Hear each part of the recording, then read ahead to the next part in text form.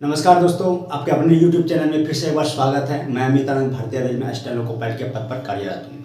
जैसा कि हम लोग टाइम एंड डिस्टेंस पढ़ रहे थे और तो उसी का आइए टॉप 5 क्वेश्चन आज हम देखेंगे। और जैसा कि आप लोगों को बता रहे हैं बार बार कि एक ही बात हम बोल रहे हैं कि कोई भी चीज़ का जब बेसिक फॉर्म आप लोग को पता होता है तो उसी का शॉर्ट फॉर्म समझने में आसान होती है, ठीक ना। तो आइए आज के टॉप 5 क्वेश्चन देखते हैं और उसका बेसिक और शॉर्ट दोनों देखेंगे, ठीक है। सवाल स्क्रीन पर आ गया होगा। कह रहा है एक गतिमान रेलगाड़ी 50 मीटर लंबे प्लेटफॉर्म तथा प्लेटफॉर्म पर खड़े एक व्यक्ति को पार करने में क्रमशः 14 और 10 सेकंड का समय लेती है, तो रेलगाड़ी का गति बताएं। देखिए, ऐसे सवाल को हम जो बनाएंगे शॉर्ट फॉर्म से, हम डायरेक्ट क्या करेंगे कि 14 में से 10 घटाएंगे, लिखेंगे 4 और ऊपर है 50, ये हो गया मीटर पर सेकेंड।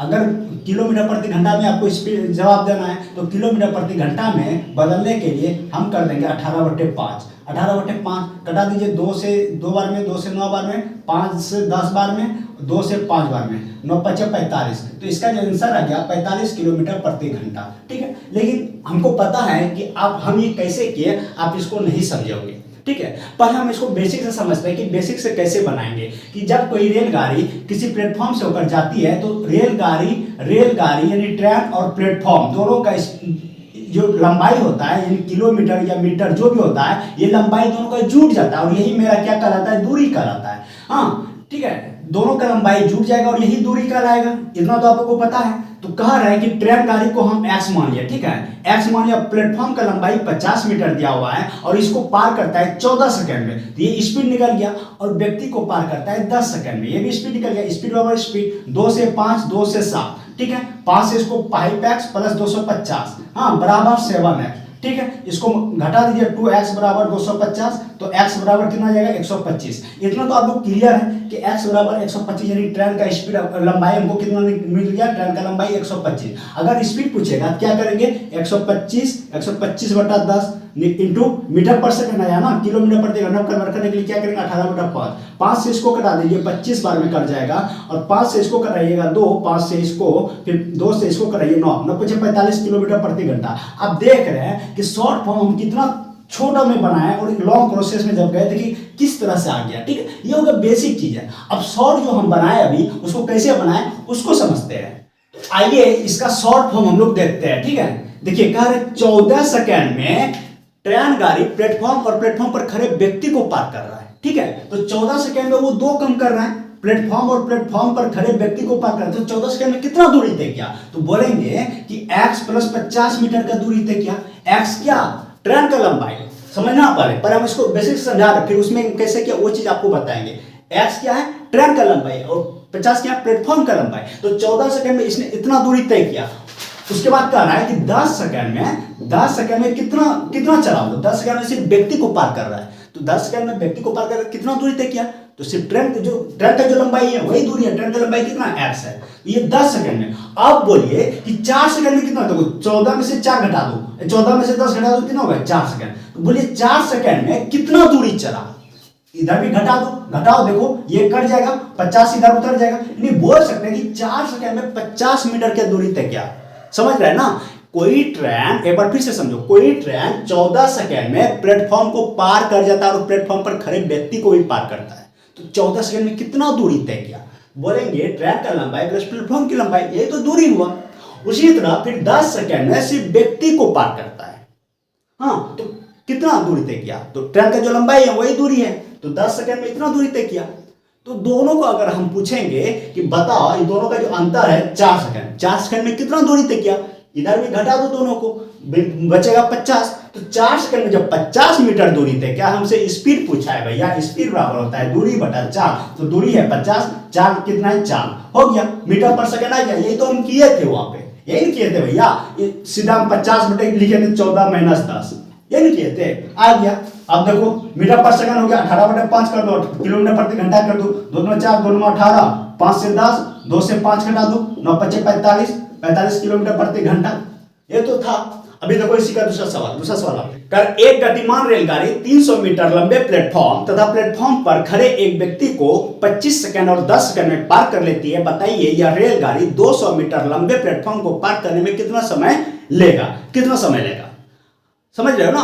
अब देखो यहाँ पे क्या है, रेल क्या क्या है, रेल 300 मीटर लंबे प्लेटफॉर्म, यानी प्लेटफॉर्म का लंबाई दिया है और पार कर रहा है कितना में 25 सेकंड में, और व्यक्ति को पार कर रहा है 10 सेकंड में। कुछ नहीं करना है आपको, जो 300 मीटर जा रहा है क्या वो दूरी है, ठीक है। 300 मीटर प्लेटफॉर्म का लंबाई यानी कि दूरी है, सीधा 300 कर दो, नीचे नीचे दोनों का अंतर यानी कि 25 में से 10 घटा दो तो 15, यानी 15 सेकंड में कितना दूरी तय कर रहा है, तो 300 मीटर कर रहा है, ठीक ना। वही चीज है, वही सवाल है। तो इसका स्पीड अगर पूछेंगे, मीटर पर सेकंड हो गया, कितना हो गया 15×30 यानी 20 मीटर पर सेकंड इसका स्पीड हो गया। हाँ, लेकिन हमसे ये नहीं पूछ रहा है, अगर ये पूछता तो मेरा आंसर यही था।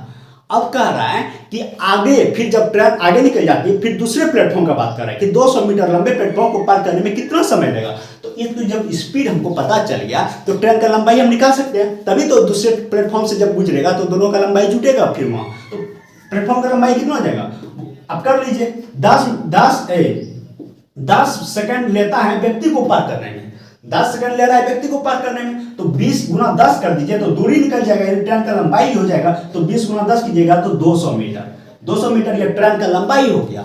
और 200 मीटर प्लेटफॉर्म है, यानी कि अब पूछ रहा है कि समय बराबर होता है डिस्टेंस बटा स्पीड, समय बराबर होता है डिस्टेंस बटा स्पीड। तो डिस्टेंस 200 ये हो गया ट्रेन का लंबाई, और प्लेटफॉर्म का लंबाई भी 200 है, यानी 200 200 कितना हो जाएगा 400, 400 बटा स्पीड कितना है, स्पीड कितना है 20 हो गया, बराबर 20 सेकंड, यानी 20 सेकंड में उस दूसरे प्लेटफॉर्म को पार कर जाएगा। इस तरह से आपको शॉर्ट फॉर्म में बनाना चाहिए। जब बेसिक चीजें समझ जाती है तो शॉर्ट बनाने में आसान होती है। आइए इसी का आगे सवाल देखते हैं। देखिए, एक रेल 110 मीटर लंबे प्लेटफॉर्म को 40 सेकंड में तथा प्लेटफॉर्म पर खड़े व्यक्ति को 30 सेकंड में पार कर लेती है, तो रेलगाड़ी की लंबाई क्या होगा। अभी अब इस सवाल में आपको दिक्कत नहीं होना चाहिए, ठीक है ना।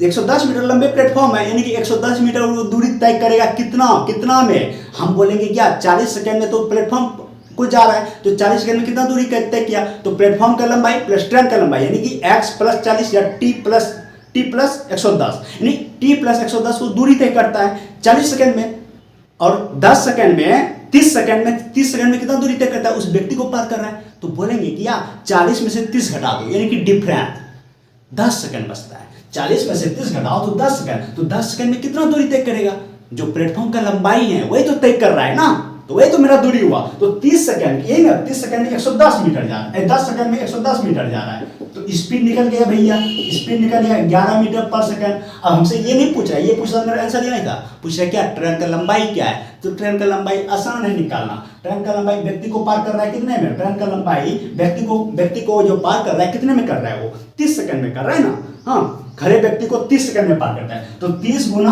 11 कर दो, बराबर कर दिया 33, 300 मीटर हो गया। ये तो हो गया मेरा ट्रेन का लंबाई। कितना शॉर्ट में बना, कितना शॉर्ट में, कुछ था, एक बार समझ जाओ, फाइनल आंसर दिमाग से ही कैलकुलेट। 25 में से 10 15 घटा दो, 10 ऊपर 11 है, यानी कि 110 है, तो कटेगा 11 मीटर पर सेकंड, इसका स्पीड हो गया। तो डिस्टेंस पूछ रहा है तो उठा लो, स्पीड एक का कितना सेकंड में जा रहा था, 30 सेकंड में जा रहा था, 330 मीटर निकल गया। कितना शॉर्ट है। सेम सवाल देखिए, ठीक है। कारण एक रेलगाड़ी एक समान गति से चलते हुए एक 162 मीटर लंबे प्लेटफॉर्म को 18 सेकंड में तथा 120 मीटर लंबे प्लेटफॉर्म को 15 सेकंड में पार करती है, तो रेलगाड़ी का गति बताइए। अब देखिए सवाल यहाँ पे अलग अलग है, दो प्लेटफॉर्म अलग अलग है, पहला प्लेटफॉर्म से निकल जाती है, फिर आगे प्लेटफॉर्म दूसरा है उससे निकल जाती है, लेकिन हम भैया वही प्रोसेस अपनाएंगे। हमको ये पता करना है कि पहले ये हमको देख लेते हैं कि 18 सेकंड में 162 मीटर चलता है। हाँ, 18 सेकंड में 162 मीटर चलता है, तो कितना दूरी तय किया, 162 मीटर तय किया, 18 सेकंड में 162 मीटर दूरी तय किया।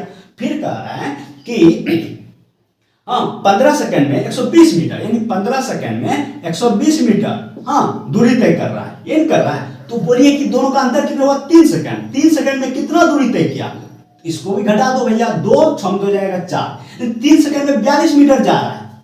3 सेकंड में कितना जा रहा है, 42 मीटर जा रहा है। यही तो हमको समझना था, हम तो डायरेक्ट घटा के आंसर कर देते हैं, लेकिन आपके समझ में नहीं आती, फिर हम डायरेक्ट घटा देते हैं कि इधर कितना दूरी चल रहा है, 162 चल रहा है, दूसरा प्लेटफॉर्म कितना चल रहा है, 120 चल रहा है, दोनों का समय का अंतर निकालेंगे तो 3 सेकंड।